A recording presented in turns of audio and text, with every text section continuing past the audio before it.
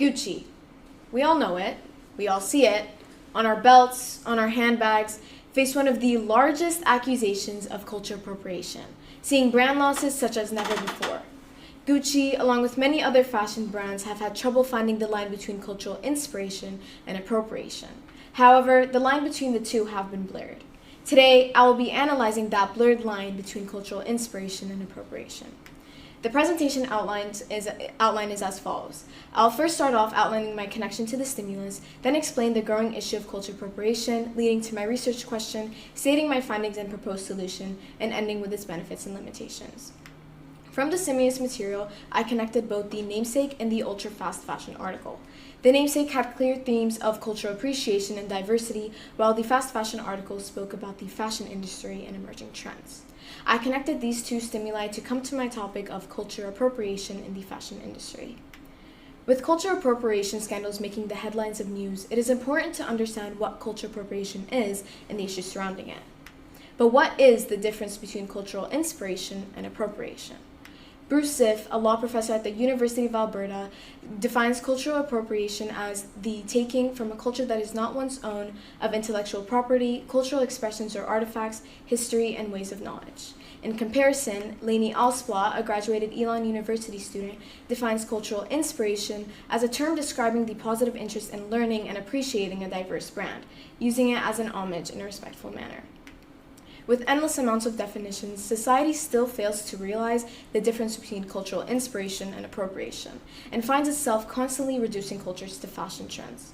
For example, the bindi, an incredibly meaningful symbol in Hinduism for marriage and status, was reduced to a new festival trend in Coachella in 2015, stripping away any cultural significance from the artifact.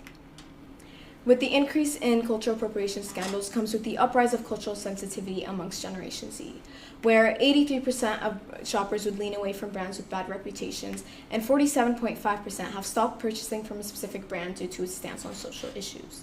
Ultimately, the societal unsettlement between the different cultures and the uprise of cultural sensitivity amongst Generation Z helped me come to my research question: amidst the culturally sensitive generation, should companies continue to produce culturally inspired clothing? During my research, I found three prominent contributing factors that helped me answer my research question.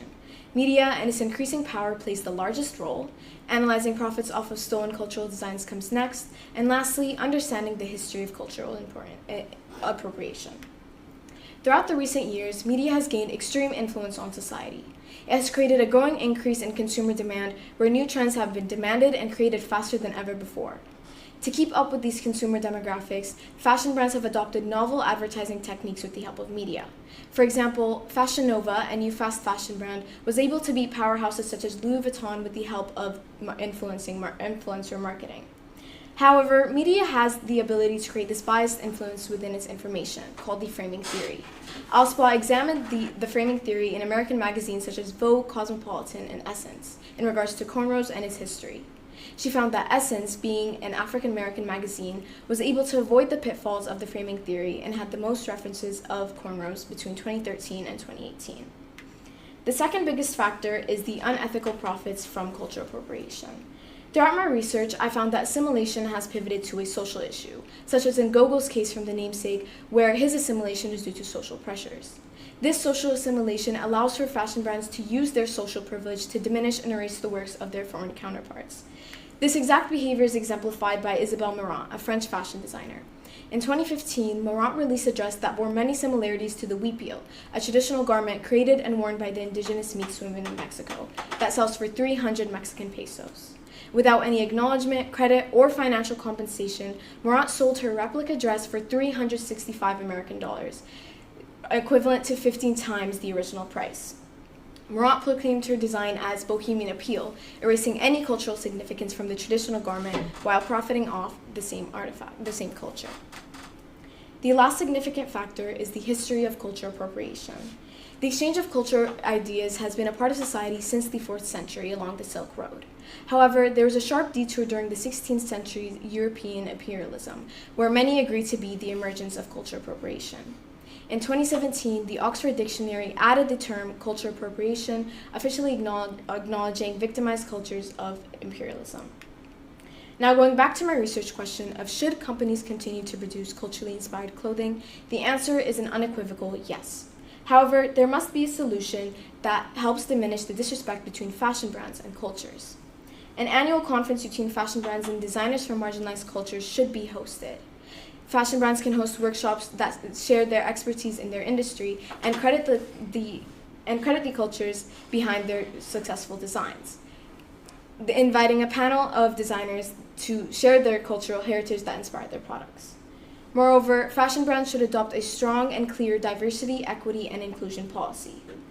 This solution has several benefits, including cultivating cross-cultural organic relationships.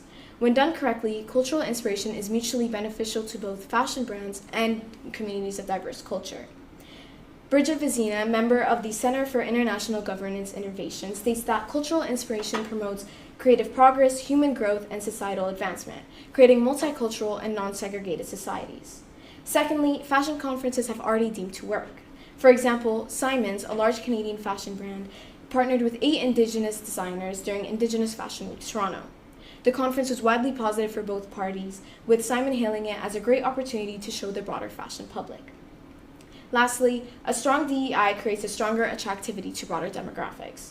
With the increased inclusivity of other cultures, marketing and advertising will be targeted towards a larger demographic. However, some minor limitations include that the conference is strictly voluntary-based. Fashion brands might not like to participate unless they receive anything in return, such as growing or advertising their brand. This can be solved through extensive public relations, such as broadcasting the conference through social media and developing a #annualfashionconference.